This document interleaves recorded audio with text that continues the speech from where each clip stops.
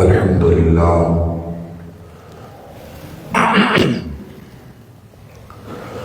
الحمد لله نحمده ونستعينه ونستغفره ونؤمن به ونتوكل عليه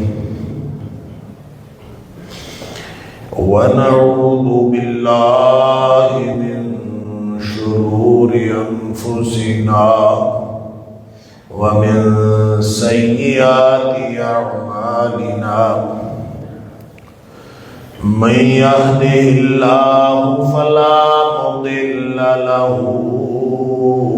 ومن يضلل فلا هادي له وأشهد أن لا إله إلا الله وحده لا شريك له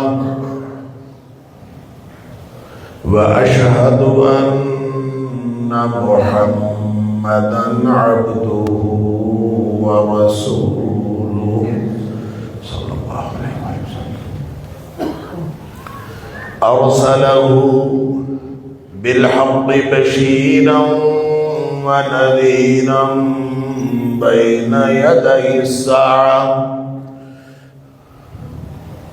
فمن يطع الله ورسوله فقد رشد واهتدى ومن يعص الله ورسوله فقد ضل وغوى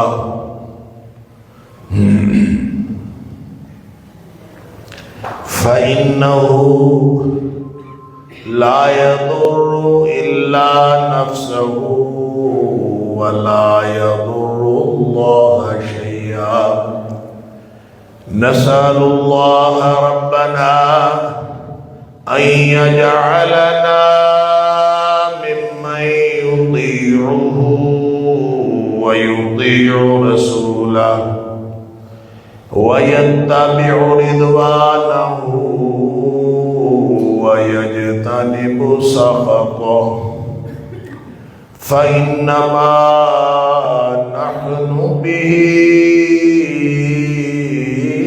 وله أما بعد فإن خير الحديث كتاب الله وخير الهدي هدي محمد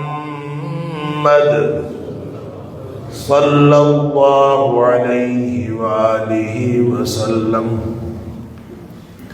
وشر الأمور محدثاتها وكل محدثة بدعة وكل بدعة ضلالة وكل ضلالة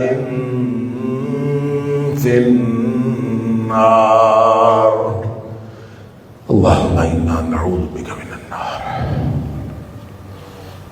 فأعوذ بالله السميع العليم من الشيطان الرجيم من همزه ونفثه ونفثه بسم الله الرحمن الرحيم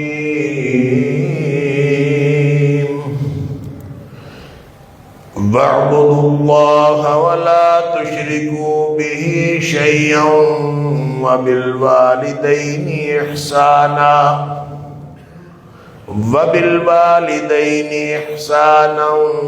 وبذي القربى واليتامى والمساكين والجار ذي القربى والجار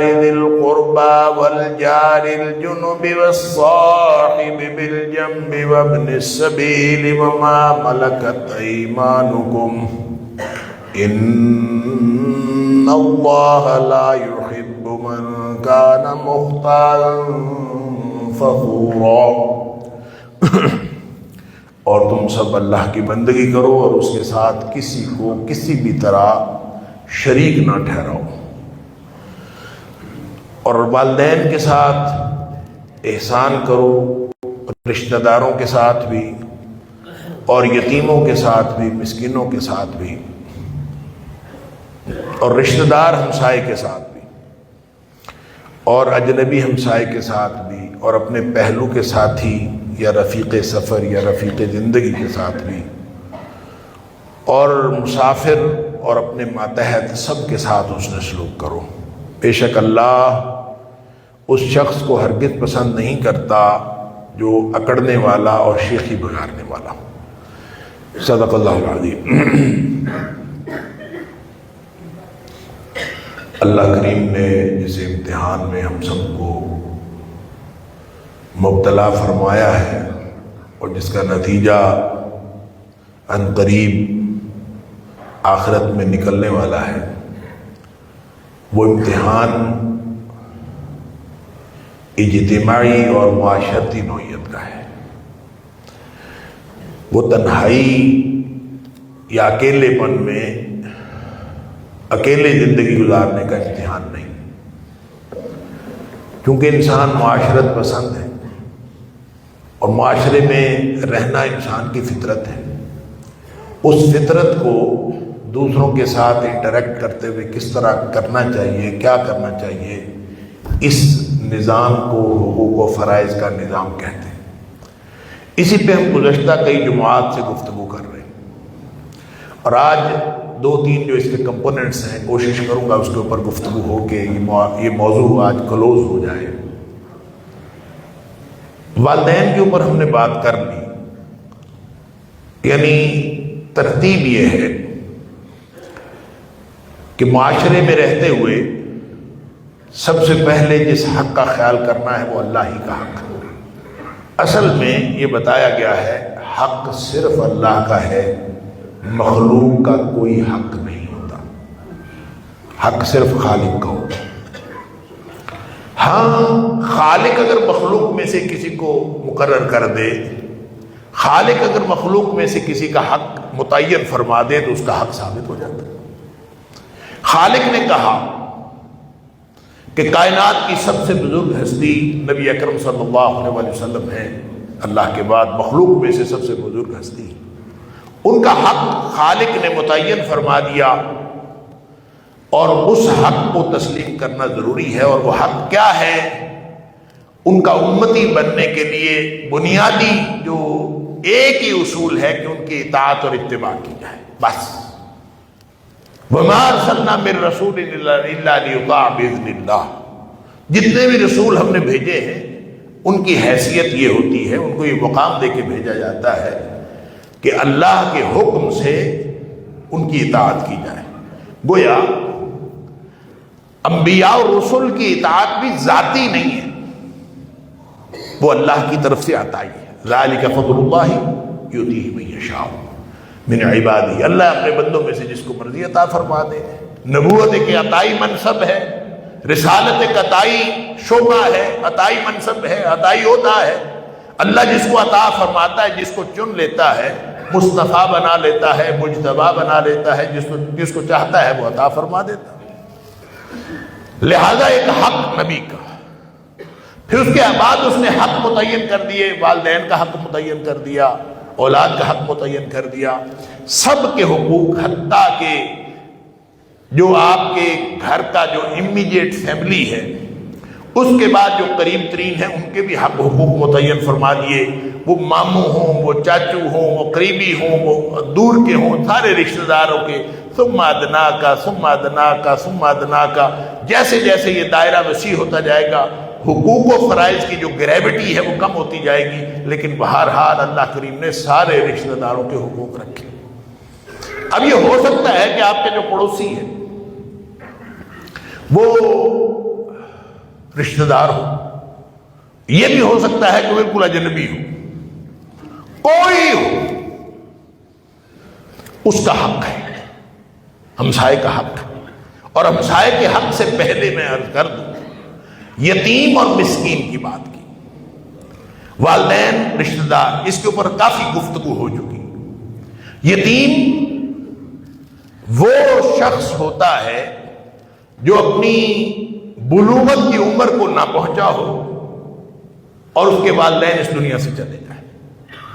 یا والدین میں سے ایک یعنی والد اس کا چلا جائے، وہ یتیم ہوتا ہے۔ اب اس یتیم کے ساتھ کیونکہ اس کے دنیا میں اس کی کوئی کفالت کرنے والا رہ نہیں جاتا، لہذا نبی اکرم صلی اللہ علیہ وآلہ وسلم نے اس کی کفالت کا انتظام فرما دیا ہے کہ یہ ذمہ داری ہے معاشرے کی۔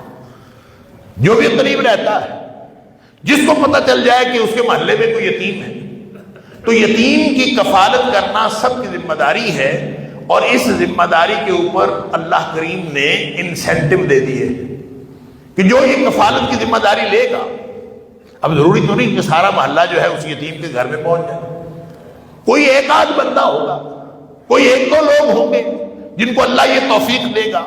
گویا یہ فرض کفایہ ہے، کوئی بھی شخص معاشرے میں سے وہ اس فضیلت کو، اس انسینٹو کو اور اس سعادت کو اگر حاصل کرنا چاہتا ہے جو نبی پاک صلی اللہ علیہ وسلم نے دی ہے، تو وہ یتیم کے گھر پہنچ جائے اور اس کی کفالت کا انتظام کرے، اس کا خیال رکھے، جو جو چیز اس کو چاہیے اس کے سارے انتظامات کرے، اور جو اس کی کفالت کرے گا۔ کفالت کرنے کا مطلب یہ ہوتا ہے کہ جس طرح انسان اپنے بچے کی کفالت کرتا ہے، اسی طرح سے کوئی گارڈین جو ہے وہ اپنے جو اس کے پاس ماتحت بچے ہوتے ہیں ان کی کفالت کرتا ہے، اسی طرح سے یتیم کی کفالت کرنے کے والا کوئی میدان میں آ جائے۔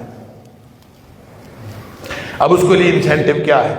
ایک تو حکم ہے اللہ کا، حکم ہے حسن سلوک، احسان، اور یہ میں پہلے عرض کر چکا ہوں کہ عدل اور احسان میں فرق ہوتا ہے۔ عدل یہ ہے کہ جس کا جتنا حق بنتا ہے اس کو دے دیا جائے، احسان یہ ہے کہ حق بنتا ہے نہیں بنتا اس کو دیا جائے، کیلکولیشن میں نہ پڑا جائے۔ لہذا آپ بیٹھ کے سوچنا شروع کر دیں اس کے ساتھ ہمارا کیا لاگا دیگا ہے، وہ تو پرلے محلے میں رہتا ہے، وہ تو دوسرے محلے کا آدمی ہے، وہ دوسری گلی میں رہتا ہے، ہمارا اس کے ساتھ کوئی لین دین نہیں، کوئی رشتہ داری نہیں ہے، کوئی تعلق نہیں ہے، تو ہم اس کے ساتھ کیا کریں؟ اگر وہ یتیم ہے تو اس کا آپ کے اوپر حق ہے، بات ختم۔ اس کے ساتھ کرنا کیا ہے؟ اب یتیم بیچارے کا آپ کے اوپر کیا حق ہوگا؟ یتیم کیا لے کے آتا ہے؟ اس کے پاس ہے کیا دینے کو؟ وہ تو صرف آپ کی کفالت کا مستحق ہے۔ اگر آپ نے کفالت کر دی تو آپ کی مرضی، نہ کرے تو بھی آپ کی مرضی، یہ آپ کے اوپر ہے۔ ہاں اگر کفالت کر دی، کسی نے اس کے دل میں خیال آ گیا، یا اس نے نبی پاک صلی اللہ علیہ وسلم کی بتائی ہوئی جو کفالت ہے، جو فضیلت ہے، وہ حاصل کرنا چاہیے، اس کے لیے چل پڑا۔ انسینٹو تو قرآن دیتا ہے، انسینٹو تو نبی اکرم صلی اللہ علیہ وسلم عطا فرماتے ہیں۔ یہ بات ہم کر چکے کہ جو حقوق العباد ہیں یہ بھی اللہ کو راضی کرنے کے لیے ہوتے ہیں، اور جو حقوق اللہ ہے وہ بھی اللہ کو راضی کرنے کے لیے ہوتے ہیں۔ سبحان اللہ۔ اور اگر ہم یہ سمجھیں کہ جب ہم حقوق اللہ ادا کرنے کے لیے جا رہے ہیں، چاہے وہ یتیم ہے چاہے وہ مسکین ہے، تو اصل میں ہم اللہ کو راضی کرنا چاہتے ہیں، تو وہ ثواب ہے، اور جو کام ثواب کی نیت سے کیا جائے وہ عبادت ہے، تو اس کا مطلب ہے حقوق العباد بھی اللہ کی بندگی میں شامل ہے۔ اسی لیے تو ابتدا کی وَاعْبُدُوا اللَّهَ وَلَا تُشْرِكُوا بِهِ شَيْئًا۔ اللہ اکبر۔ اب یتیم راضی ہو یا نہ ہو، مسکین راضی ہو یا نہ ہو، مسکین تو راضی نہیں ہوتا۔ پہلے زمانوں میں شاید کبھی راضی ہو جاتا ہو، اب تو بالکل ہی کوئی نہیں راضی ہوتا، نہ رشتہ دار راضی ہوتا ہے، نہ مسکین راضی ہوتا ہے، نہ ہی یتیم راضی ہوتا ہے۔ اللہ، ابھی چند دنوں کی بات ہے، 2-4 دن پہلے میرے ایک دوست ہیں، وہ امریکہ میں رہتے ہیں، آج کل پاکستان آئے ہوئے۔ ان کے والد گرامی جو تھے وہ جامعہ محمدیہ اکاڑا کے شیخ الحدیث تھے، وہ میرے بھی استاد ہیں، میں نے ان سے بخاری شریف پڑھی ہے، مشکات کا کچھ حصہ بھی پڑھا ہے، بخاری شریف پڑھی۔ مجھے جو الاجازہ فی الحدیث عطا کی ہے تو میرے ان استاد گرامی نے شیخ الحدیث مولانا عبد الحلیم رحمہ اللہ انہوں نے عطا فرمائی۔ اب وہ مجھے بتا رہے تھے کہ میرے والد گرامی نے مجھے ایک نصیحت کی تھی، اللہ، وہ نصیحت یہ کی تھی کہ ہر رشتہ دار کو ملتے رہنا، ہر ایک کو ملنا، لیکن ملنے سے پہلے، ملنے جانے سے پہلے اب یہ سمجھانے کا انداز ہوتا ہے، نصیحت کرنے کا انداز ہوتا ہے جو کبھی اولاد کو بولتا ہی نہیں۔ وہ کہتے ہیں کہ میرے والد صاحب نے کہا تھا کہ کسی بھی رشتہ دار کو ملنے جانے سے پہلے ایک دفعہ آسمان کی طرف نگاہ اٹھایا کرو، اور آسمان کی طرف نگاہ اٹھا کے اللہ کو کہا کرو کہ اللہ میں تیرے لیے جا رہا ہوں۔ بات ختم ہو گئی۔ وہ کہتے ہیں یہ جب تم کر لو گے ہر رشتہ دار کو ملنے سے پہلے، جب تم یہ کر لو گے تو اس کا نتیجہ یہ نکلے گا کہ رشتہ دار تمہارے ساتھ اچھا سلوک کرے تو بھی، برا سلوک کرے تو بھی، تیرا دل برا نہیں ہوگا۔ تو نے اللہ سے بات کر لی کہ اللہ میں تیرے لیے جا رہا ہوں، بات ختم۔ جو کرنا ہے اللہ کے لیے کرنا۔ اور وہ کہتے ہیں والد صاحب کی ہوئی نصیحت مجھے اس طرح یاد ہے کہ میں کبھی اس کو نہیں بھولتا۔ جس بھی رشتہ دار کو ملنے جانا ہوتا ہے، میں پہلے آسمان کی طرف دیکھتا ہوں، اللہ سے بات کرتا ہوں کہ اللہ میں تیرے لیے جا رہا ہوں۔ وہ کہتے ہیں اس کے بعد اتنی تسلی ہوتی ہے کہ چاہے وہ میرے ساتھ کوئی اچھا سلوک کرے چاہے برا سلوک کرے۔ وہ کہتے ہیں ایسے ہمارے رشتہ دار بھی ہیں کہ مرد و خواتین کے ان کے پاس جا کے میں بیٹھتا ہوں تو کوئی میری ماں کی برائیاں کرنا شروع کر دیتا ہے، کوئی میرے باپ کی برائیاں کرنا شروع کر دیتا ہے، تو کہتا ہے میں وہ بھی ہنس کے سن کے آتا ہوں، میرے دل میں یہ تسلی اور یقین ہوتا ہے کہ انشاءاللہ میرا اللہ میرے پر راضی۔ بات ختم۔ یہ ہے وہ اصل میں جذبہ۔ لہذا آپ کو رشتہ دار کی بات ہو، یتیم کی بات ہو یا ہمسائے کی بات ہو، اصل میں تو وہ انسینٹیو ہے نا، اللہ کو راضی کرنے والا انسینٹیو ہے۔ اور ہمیں تو عبادت کا بھی تصور یہ سمجھا دیا گیا، کچھ نہیں لینا دینا ہم نے اللہ سے، انا للہ و انا الیہ راجعون۔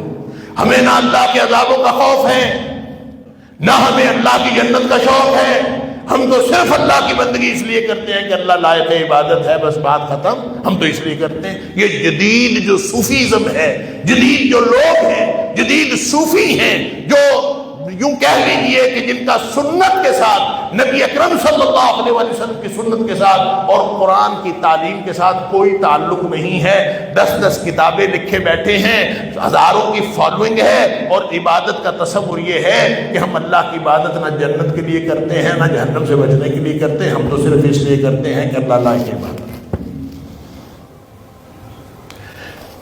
بظاہر ہو سکتا ہے لوگوں کو پسند آتا ہو یہ تصور کہ نہ جنت کے لیے، اور پھر اس کی ایک روایت بھی پتہ نہیں جھوٹی روایت ہے کہ سچی روایت ہے، وہ حضرت رابعہ بصری کی طرف جو ہے وہ رحمت اللہ علیہ اس کی طرف جو ہے یہ ایک روایت منسوب کی جاتی ہے کہ اس نے کہا تھا کہ میں تو اس لیے عبادت نہیں کرتی کہ اللہ جو ہے مجھے جنت دے دے، میں نہ جنت کے لالچ میں عبادت کرتی ہوں نہ میں جہنم کے خوف سے عبادت کروں۔ چاہے سارا فلسفہ ختم۔ جب ہم نے اللہ سے لینا دینا کچھ نہیں تو پھر ہم نے یتیم سے کیا لینا دینا ہے؟ اللہ سے بھی کچھ نہیں لینا دینا، یتیم سے بھی کچھ نہیں لینا دینا، کہاں سے لینا؟ یتیموں کی آپ یاد رکھیں، یتیموں کی، مسکینوں کی، غریبوں کی جتنی دیکھ بھال آج کے غیر مسلم کر رہے ہیں مسلمان نہیں کر رہے، لیکن فرق کیا ہے؟ یہی فرق ہے، انہوں نے اللہ سے کچھ نہیں لینا دینا۔ ان کا تصور یہ ہے کہ ہماری زندگی بس یہی ہے، آخرت ان کے پروگرام میں شامل نہیں ہے، بس دنیا میں جو کچھ لینا ہے۔ لہذا نبی اکرم صلی اللہ علیہ وسلم نے فرمایا کافر جو بھی نیکی کرتا ہے اللہ تعالیٰ اس کی نیکی کا اجر دنیا میں اس کو دے دیتا ہے، اور جب وہ مرتا ہے تو اس کے پلے میں، اس کے کھاتے میں ایک نیکی بھی نہیں ہوتی۔ مومن کا اور کافر کا یہی فرق ہے۔ مومن کیوں کرتا ہے؟ نبی اکرم صلی اللہ علیہ وسلم فرماتے ہیں سبحان اللہ، آپ فرماتے ہیں انا وکافل الیتیم کہاتین فی الجنہ، میں اور یتیم کی کفالت کرنے والا جنت میں اس طرح اکٹھے ہوں گے جیسے یہ 2 انگلیاں اکٹھی، یوں آپ نے 2 انگلیاں جوڑ کے فرمایا۔ اللہ، نبی اکرم صلی اللہ علیہ وآلہ وسلم کی مرافقت مل جائے، آپ کا ساتھ مل جائے۔ آپ کو معلوم ہے کہ نبی پاک صلی اللہ علیہ وسلم کا ساتھ لینے کے لیے، آخرت میں ساتھ لینے کے لیے صحابہ کرام نے جتنے جتن کیے، جتنی محنتیں کی، وہ سارا کچھ اس لیے. تو آخرت جب پروگرام میں شامل ہوگی تو یہ تصور عبادت باقی نہیں رہے گا. قرآن کہتا ہے کہ اللہ کو پکارو خوفا و طمعا. اللہ سے بات کیا کرو، اللہ کو پکارا کرو، اللہ سے دعائیں کیا کرو، خوف بھی ہو اور پھر جنت کا لالچ بھی ہو. جنت کی امید، جہنم کا خوف. ادعوا ربکم خوفا و طمعا. اپنے رب کو پکارا کرو خوف کے ساتھ. سورہ اعراف کے اندر اللہ تعالیٰ نے فرمایا. اور پھر سورہ سجدہ، جن کو اللہ نے توفیق دی ہے الحمدللہ، جمعے کی فجر کی نماز میں آپ سنتے ہیں ہمیشہ اللہ اکبر. تتجافى جنوبهم عن المضاجع يدعون ربهم خوفا وطمعا. جو اللہ والے ہوتے ہیں، جو صاحب ایمان ہوتے ہیں، وہ اللہ کی بندگی کرتے ہیں اس وقت جب رات کو لوگ سوئے ہوئے ہوتے ہیں. اللہ اکبر.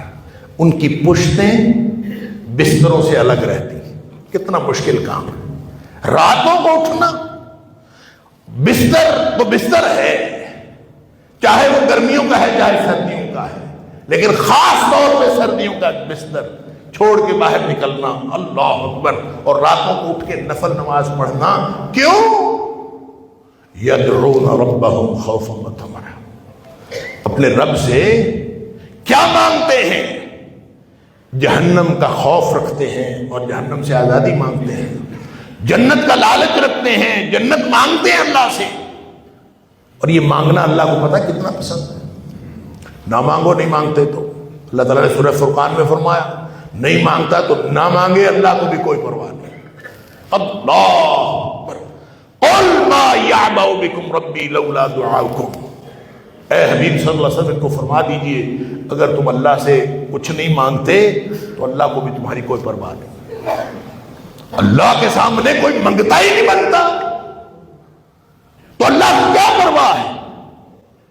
اس کا مطلب ہے اس کے اندر واللہ عالم جن کی نیتیں ہیں اللہ تعالیٰ ان کی نیتوں کو صاف خالص رکھے. لیکن عبادت کا تصور وہ ہوگا جو قرآن کا تصور ہوگا.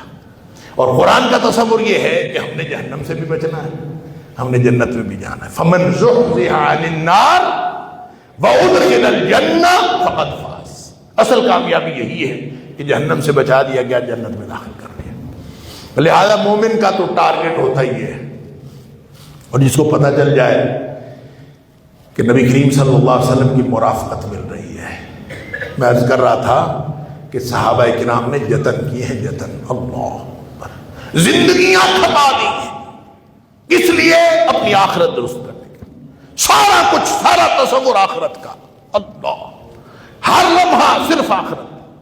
کیا لینا تھا عمر فاروق رضی اللہ تعالیٰ عنہ نے جب آدھا مال گھر کا لا کے رکھ دیا جیش الاسرا کے موقع پر؟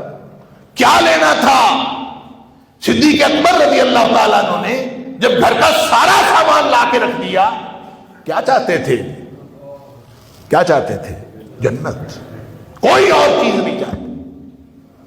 اور وہ صحابی تو آپ کو معلوم ہے اللہ رات کو آ کے نبی کریم صلی اللہ علیہ وسلم کے دروازے پہ بیٹھ رہتا تھا.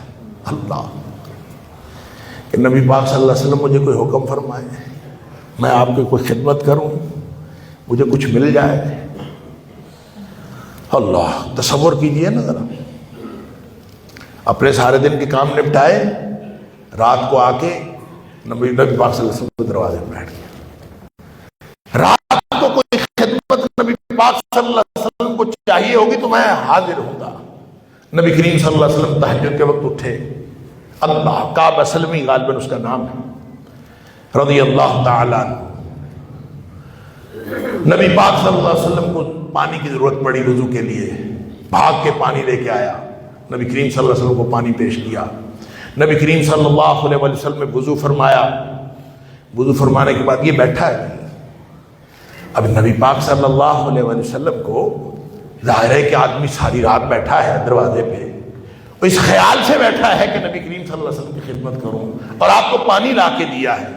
تو نبی پاک صلی اللہ علیہ وسلم نے پوچھا کہ آپ مانگے ہو تو صحیح، کیا مانگتے ہو؟ کس لیے بیٹھے ہو ادھر؟ کیا چاہیے تمہیں؟ اللہ اکبر! نہیں کہا کہ اللہ کے رسول صلی اللہ علیہ وسلم مجھے کچھ نہیں چاہیے، میں تو اللہ کی بندگی بس اللہ کی بندگی سمجھ کے کرتا ہوں، نہیں کہا۔ اس لیے کہ آخرت کا تصور واضح ہے، جو نبی پاک صلی اللہ علیہ وسلم نے دین دیا ہے وہ واضح ہے، کلیئر ہے۔ جو قرآن نے تصور عبادت دیا ہے وہ کلیئر ہے، واضح ہے۔ مقصد صرف آخرت ہے، مقصد صرف آخرت ہے۔ مانگتا دنیا بھی ہے، کہتا ہے کہ اللہ دنیا بھی اچھی کر دے، لیکن دنیا مانگتے ہوئے آخرت کو بھولتا نہیں ہے۔ کہتا ہے ربنا آتنا فی الدنیا حسنہ وفی الآخرۃ حسنۃ وقنا عذاب النار، بھولتا نہیں، دنیا مانگتے ہوئے بھی بھولتا نہیں کہ اصل معاملہ آخرت کا ہے۔ اللہ اکبر! کیا چاہیے؟ نبی کریم صلی اللہ علیہ وسلم سے پوچھتے ہیں کیا چاہیے؟ عرض کیا اللہ کے رسول صلی اللہ علیہ وسلم جنت میں آپ کا ساتھ چاہتا ہوں۔ اللہ! نبی اکرم صلی اللہ علیہ وسلم پوچھا کہ آپ کوئی اور چیز چاہیے تو مانگو، کچھ اور؟ اللہ! یعنی جنت کچھ اور کا مطلب پتہ ہے کیا ہے؟ یہ سرور کائنات پوچھ رہے ہیں صلی اللہ علیہ وآلہ وسلم۔ مطلب یہ ہے کہ یہ جو مانگا ہے تو مل جائے گا، کچھ اور مانگنا ہے تو مانگو۔ اللہ کے رسول صلی اللہ علیہ وسلم بس یہی چاہیے اور کچھ نہیں چاہیے۔ جنت میں آپ کا مرافقتک فی الجنہ، اللہ کے رسول صلی اللہ علیہ وسلم جنت میں آپ کا ساتھ چاہتا ہوں، اس کے علاوہ میں کچھ چاہتا ہی نہیں۔ 3 دفعہ نبی پاک صلی اللہ علیہ وسلم پوچھا کہ کچھ اور چاہتے ہو تو بتا دو۔ اب کون تھا؟ نبی پاک صلی اللہ علیہ وسلم تھے، کام تھے، رات کا پچھلا پہر تھا۔ نبی پاک صلی اللہ علیہ وسلم دعا بھی کر دیتے تو ہو سکتا ہے صرف نبی پاک صلی اللہ علیہ وسلم کی دعا سے اس کو مل جاتا، لیکن نبی کریم صلی اللہ علیہ وسلم نے اس میں امت کے لیے بھی سبق اور درس عطا فرمانا تھا۔ فرمایا فَأَعِنِّي عَلَىٰ كَثْرَةِ السُّجُودِ، پھر تو میری مدد کر اس بات پر، فَأَعِنِّي عَلَىٰ ذَلِكَ بِكَثْرَةِ السُّجُودِ، تو زیادہ سے زیادہ نمازیں پڑھا کر، اس طرح تم میرے ساتھ جنت میں آ جائے گا۔ میری مدد کر، یعنی میں مانگوں گا تو صحیح اللہ سے، لیکن تم میری مدد کر، فَأَعِنِّي عَلَىٰ ذَلِكَ، میرا ساتھ لینے کے لیے تو میری مدد کر، بِكَثْرَةِ السُّجُودِ، زیادہ زیادہ نمازیں پڑھا کر۔ اللہ اکبر! لہذا وہ نمازیں، اس کا مطلب یہ نہیں ہے کہ صرف فرض نمازیں زیادہ پڑھ کر، فرض تو بیسک ریکوائرمنٹ ہے، یہ تو بنیادی ہے، یہ تو باٹم لائن ہے۔ زیادہ سے زیادہ نمازیں پڑھا کر فرض کے علاوہ، تو فرض کے علاوہ جتنی نمازیں پڑھی جاتی ہیں وہ اللہ کا قرب عطا کرتی ہیں اور جنت میں نبی پاک صلی اللہ علیہ وسلم کا ساتھ عطا کرتی ہیں۔ میں بات یہ عرض کر رہا تھا کہ انسینٹو اور فضیلت یہ اس وقت کلیئر ہوتی ہے جب تصور حیات واضح ہو، تصور زندگی واضح ہو، معلوم ہو کہ اصل زندگی مرنے کے بعد کی زندگی ہے، آخرت کا تصور واضح نہ ہو تو پھر انسان دنیا میں کچھ بھی وہ اپنی مرضی سے کر سکتا ہے، اس لیے کہ اس کو پتا ہے یہ دنیا۔ یہی ایک وجہ ہے جو کرپشن کو، بدعنوانی کو، ایک دوسرے کے حق مارنے کو، فراڈ کرنے کو، دھوکہ دینے کو، اور جو کچھ دنیا میں ہو رہا ہے یہ صرف اس وقت ہوتا ہے جب انسان کے ذہن میں مرنا نہ ہو، مرنا یاد ہو۔ تو جو بھی اس دنیا میں آیا ہے وہ مر گیا ہے، اور آخرت یاد ہو کہ میں نے اللہ کے سامنے جواب دینا ہے۔ کوئی زور زبردستی دنیا میں نہ کرے، جس کو آخرت یاد ہو۔ اللہ! اور آخرت یاد نہ ہو تو پھر جو مرضی کرتے رہے۔ تو کہنے کی بات یہ تھی کہ یتیموں کا معاملہ ہو یا مسکینوں کا معاملہ ہو، ان کو کس لیے دینا ہے؟ وہ ان ریٹرن آپ کو کیا دے سکتے ہیں؟ کچھ بھی نہیں۔ نہ یتیم آپ کو ان رسپانس کچھ بھی دے سکتا ہے، نہ مسکین دے سکتا ہے، نہ یتیم دے سکتا ہے۔ آپ نے ان سے حسن سلوک کر کے اگر جزا لینی ہے تو اللہ سے لینی ہے۔ لہذا پورا معاشرہ، جب آپ کو یہ معلوم ہو کہ میں نے رشتہ دار سے حسن سلوک کر کے اللہ سے جزا لینی ہے، میرے والدین سے اس نے سلوک کر کے اللہ سے جزا لینی ہے، بہنوں سے، بھائیوں سے، سب سے۔ اچھا میں سمجھتا ہوں مسئلہ پوچھنے کی ضرورت باقی نہیں رہتی۔ لوگ مسئلے پوچھ رہے ہوتے ہیں کہ میں اگر اس طرح بہن کا حق رکھ لوں تو جائز ہے، اس طرح رکھ لوں تو جائز ہے، یعنی طریقہ پوچھ رہے ہوتے ہیں، مقصد حق رکھ لینا ہے، یہ طریقہ، وہ طریقہ، اس طرح کا ہیلا، اس طرح کا ہیلا۔ جب یہ کلیئر ہو کہ میں نے اللہ سے جزا لینی ہے تو آدمی کہتا ہے کہ سارا کچھ بھی چلا جائے مجھے اللہ سے جزا مل جائے۔ اللہ اکبر! قیامت والے دن پتہ کیا ہوگا؟ اللہ نے قرآن میں فرمایا، اللہ تعالیٰ بندے سے پوچھے گا، نبی پاک صلی اللہ علیہ وسلم فرماتے ہیں، اور یہی مفہوم قرآن میں بھی موجود ہے۔ اللہ تعالیٰ بندے سے پوچھے گا اگر زمین بھری ہوئی تجھے سونے کی مل جائے، اتنا اور بھی مل جائے، پوری زمین سونے کی، اس اتنا اور بھی مل جائے، تو کیا تو آج کے اس عذاب کا فدیہ دینے کے لیے، بدلہ دینے کے لیے وہ سب دے دے گا؟ تو انسان کہے گا ہاں میں دے دوں گا، مجھے اگر مل جائے، دنیا جتنی دنیا ہے ساری دنیا زمین سونے کی بھری ہوئی ہو، اتنا اور بھی ہو، دگنا، تو یہ میں فدیے میں دے کر میں عذاب سے بچ جاؤں، اللہ کے عذاب سے بچ جاؤں۔ تو وہ کہے گا یا اللہ اگر مجھے مل جائے تو میں سارا کچھ دے کے اب اللہ کے عذاب سے بچنے کے لیے تیار ہوں۔ اللہ تعالیٰ فرمائے گا دنیا میں میں نے تجھ سے بہت تھوڑا مطالبہ کیا تھا، کچھ بھی نہیں مانگا تھا۔ مانگا کیا ہے اللہ نے؟ صرف یہ مانگا ہے کہ شرک نہ کرنا، کسی اور کا نہ بننا، میرا بننے رہنا، میرا بن کے رہنا، بس اللہ نے یہ مانگا ہے۔ اللہ جس نے پیدا کیا ہے کیا اس کا اتنا بھی حق نہیں ہے؟ جس نے زندگی عطا کی ہے، جس نے ہر چیز دی ہے، اس کا اتنا حق نہیں ہے کہ تو کسی اور کا نہ ہو، بس میرا ہو، بندگی کر تو میری کر، دعا مانگ تو میرے سے مانگ، پکار تو مجھے پکار، بس میرا بن کے رہ، تیرے جتنے گناہ ہیں سارے میں معاف کر دوں۔ اس نے اعلان کیا ہوا، اس نے قرآن میں کہا تو مشرک نہ بن، ان اللہ یغفر، ان اللہ لا یغفر ان یشرک بہ ویغفر ما دون ذلک لمن یشاء۔ اللہ نے شرک معاف نہیں کرنا، جس نے بے وفائی کی ہے اس کو تو معاف نہیں کرتا، وہ جو اللہ کا بندہ نہیں اس کو نہیں معاف کرتا، باقی وہ جس کو چاہے گا سب کو معاف کر دے گا۔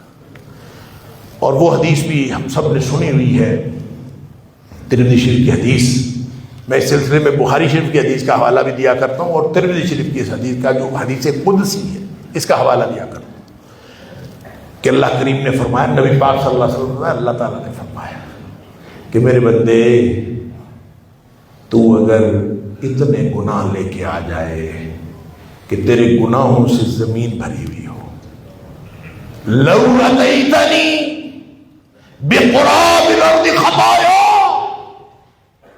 تو اگر زمین بھری ہوئی اپنی گناہوں کی لے کے میرے پاس آ جائے، واتیتنی، لیکن تو اس حال میں میرے پاس آیا ہو، لا تشرک بی شیئا، کہ میرے ساتھ شرک نہ کیا ہو، یہ گارنٹی تو مجھے دے کہ تو بس میرا تھا، کسی اور کا نہیں تھا، کوئی ملاوٹ نہیں کی تم نے اس بات میں، تو اگر میرا تھا تو بس پھر میں تیرے سارے گناہ معاف کر دوں گا، مجھے کوئی پرواہ نہیں۔ تو سارے گناہ معاف ہو سکتے ہیں کہ جب انسان اللہ کا رہے، اور اللہ کا اس طرح رہے کہ اللہ سے ڈرتا رہے، ڈرنا ہے تو اللہ سے، خوف رکھنا ہے تو اللہ کا، روب رکھنا ہے تو اللہ کا، عظمت کا روب رکھنا ہے تو اللہ کا، ہر چیز بندگی کرنی ہے تو اللہ کی، جھکنا ہے تو اس کے سامنے، ماتھا ٹیکنا ہے تو اس کے سامنے، ہر چیز اس کے سامنے۔ مخلوق اس معاملے میں مخلوق کا کوئی لینا دینا نہیں۔ اگر یہ ہو گیا تو پھر باقی حق حقوق کے لیے مسئلے پوچھنے کی ضرورت باقی نہیں رہتی، پھر یہ پوچھنے کی ضرورت نہیں رہتی میں یہ کر لوں یا میں وہ کر لوں۔ اللہ اکبر! لہذا یتیم ہو یا مسکین ہو، اس کے ساتھ تو آپ حسن سلوک تب ہی کر سکیں گے اگر آپ کو کوئی انسینٹیو ملے گا، اور اس سے بڑا انسینٹیو اور کوئی نہیں ہے کہ نبی پاک صلی اللہ علیہ وسلم نے فرمایا کہ یتیم کے ساتھ تو اچھا سلوک کر، اس کی کفالت کر، تجھے میرا ساتھ جنت میں ملے گا۔ اور اس طرح ساتھ ملے گا جیسے یہ دو انگلیاں ہیں، نبی پاک صلی اللہ علیہ وسلم نے انگلیاں فرمائی۔ میں نہیں جانتا کہ جو لوگ آخرت پر یقین نہیں رکھتے وہ نیکیاں کیوں کرتے ہیں، ان کے اپنے اپنے معاملات۔ جتنی چیریٹیز اور جتنے خیراتی ادارے اور جتنی خیراتی کمپنیاں ہم غیر مسلم ممالک میں دیکھتے ہیں اتنی شاید مسلم ممالک میں نہیں ہوتی۔ وہ کیوں خیرات کرتے ہیں، کیوں سب کچھ کر رہے ہوتے ہیں؟ ہو سکتا ہے ان کے کوئی اور موٹیوز بھی ہوں، اور دنیا میں ان کا موٹیو جو نظر آتا ہے واللہ عالم، جتنا وہ خرچ کرتے ہیں نا اس کا 25% گورنمنٹ بھی ان کو دیتی ہے۔ اگر انہوں نے 1,00,000 پاؤنڈ مثلا یا 1,00,000 ڈالر خرچ کیا ہے سال میں، تو ان کو $25,000 یا $25,000 پاؤنڈ گورنمنٹ کی طرف سے مل جائے۔ لہذا یہ بڑا انسینٹیو ہے، 1,00,000 لوگوں سے اکٹھا کیا، لوگوں پہ خرچ کر دیا، لوگوں سے لیا، لوگوں پہ 1,00,000 پورے کا پورا خرچ کر دیا پوری ایمانداری کے ساتھ، تو پھر بھی 25,000 پاؤنڈ کی بچت ہے۔ تو لہذا چیریٹیز روز بنتی رہتی ہیں اور روز نئی نئی کمپنیاں بنتی رہتی ہیں۔ ہو سکتا ہے صرف اس انسینٹیو کے لیے لوگ کام کریں، واللہ عالم، اللہ کو پتہ ہے۔ لیکن جو اصل انسینٹیو ہے وہ آخرت کا ہے، جن کا آخرت کا تصور واضح ہے وہ پھر مسکین کی بھی، یتیم کی بھی بات کریں گے، پھر رشتہ داروں کی بھی بات کریں گے، پھر مسافروں کی، ماتحتوں کی بھی، سب کی بات۔ اور مسکین کے بارے میں نبی پاک صلی اللہ علیہ وسلم نے فرمایا، مسکین کون ہوتا ہے، اس کی لمبی تفصیلات ہیں، وقت بھی ہو گیا، میرا خیال تھا کہ آج ہم اس موضوع مکمل کر لیں گے۔ چلے انشاءاللہ مسکین کے بارے میں اور ہمسائے کے بارے میں گفتگو پھر انشاءاللہ زندگی رہی تو اگلے جمعے کر کے پھر اس کو مکمل کر لیں گے۔ اللہ تعالیٰ مجھے اور آپ کو، ہم سب کو دین کا درست تصور اور عقیدہ بھی عطا فرمائے اور درست طرز عمل کی توفیق بھی عطا فرمائے۔ ہم نبی پاک صلی اللہ علیہ وسلم کے سچے امتی بن جائیں اور اللہ کے صحیح اور سچے بندے بن جائیں، اللہ کی بندگی کرنے والے بن جائیں۔ اور اللہ تعالیٰ ہم سب کو آخرت میں جب ہم اللہ کے سامنے جائیں تو اللہ ہمیں صدقتا کہے، کذبتا نہ کہے، کہ تم سچے رہے، تم نے جو وعدہ کیا تھا تم سچے تھے۔ اللہ ہم سب کو سچوں میں شامل کرے۔ آخر دعوانا الحمدللہ۔